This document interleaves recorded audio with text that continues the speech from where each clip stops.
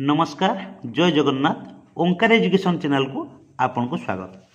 शिक्षक बंधु आज आपण मान एक नुआ वीडियो टीईटी संबंध में सुप्रीमकोर्टर कड़ा निष्पत्ति टीईटी छाड़ एग्जामिशन मिलला ना 31 अगस्त 2028 पर आउ समय वृद्धि हो पार ना। प्रथमे टीईटी संबंध में शिक्षक मानकर सुप्रीमकोर्ट निकट में कौन दाबी उपस्थापन करते से संबंध में जाना। टीईटी बा टीचर इलिजिबल टेस्ट मामला रे शिक्षक संघ विभिन्न राज्य सरकार एवं हजार हजार इन सर्विस शिक्षक सुप्रीमकोर्ट रे रिव्यू पिटिशन दाखल करथिले। सेमानकर मुख्य दाबी थिला जे 2009 रो आरटी एक्ट पूर्व जो शिक्षक माने नियुक्त होइतिले सेमानको पछुआ भाव में टीईटी बाध्यतामूलक करा जिबा उचित नुहे। बहु वर्ष धरी सेवा करथिबा शिक्षकक चाकरी टीईटी न पास कले विपद रे पड़ी पारिबे। अभिज्ञता और पूर्वर शिक्षागत योग्यता को गुरुत्व दि जाऊ बोली से तांकर दाबी उपस्थापन करथिले। सेतिपई रिव्यू पिटिशन दाखल करथिले। एथिरे सुप्रीमकोर्ट तांकर 29/5/2026 रे एक राय सुनाइछन्ती। एबे आसंतु जानिबा सुप्रीमकोर्ट को निष्पत्ति कौन। टीईटी संपर्क में सुप्रीमकोर्ट को बड़ निष्पत्ति 29 मई 2026 रे जारी होइतिबा निष्पत्ति रे सुप्रीमकोर्ट स्पष्ट कहिसंती जे प्राथमिक एवं उच्च प्राथमिक विद्यालय रे कार्यरत समस्त शिक्षक मानक पई शिक्षक योग्यता परीक्षा बा टीईटी पास करिबा बाध्यतामूलक।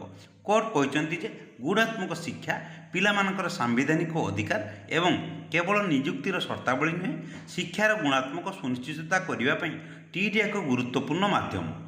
कोर्ट स्वीकार करिसंती जे आरटी आईन 2009 एवं यार संशोधन अनुଯାयी पूर्वर कार्यरत शिक्षक मानक मध्य निर्धारित सर्वनिम्न योग्यता हासिल करने को पड़ो। तथापि शिक्षक मानकर व्यावहारिक असुविधा को विचार करी सुप्रीमकोर्ट टीईटी पास करिवार समयसीमा 2 वर्ष रु 3 वर्ष को वृद्धि करिसंती। एबे संपृक्त शिक्षक मानक 31 अगस्त 2028 सुधा टीईटी पास करने को पड़ो।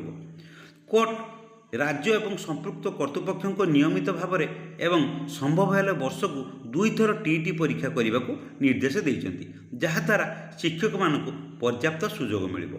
निष्कर्ष कौन सुप्रीमकोर्ट स्पष्ट करिसन्ति जे टीईटी रे कौनसी प्रतिबंधक बाध्यतामूलक हेबो नाही बरं एवं 31 अगस्त 2028 पर समय वृद्धि पई कौनसी दाबी करा जाई परिबो नाही। संक्षिप्त रे बुझिबाकु हेबो टीईटी छाड़ एग्जामिशन मिलला ना। डेडलाइन 31 अगस्त 2028 पर्यंत बढ़ला। समस्त इन सर्विस टीचर को टीईटी पास करने को पड़ो। आज भिडियोटी जदि आपण मानक इनफर्मेटिव लगी था ओंकार एजुकेशन आम स्कूल कार्यक्रम यूट्यूब चैनल को लाइक शेयर करने सहित सब्सक्राइब करने को केबे भूलिबेनी। आज रोचे पुणी देखा नेक्स्ट वीडियो रे। धन्यवाद।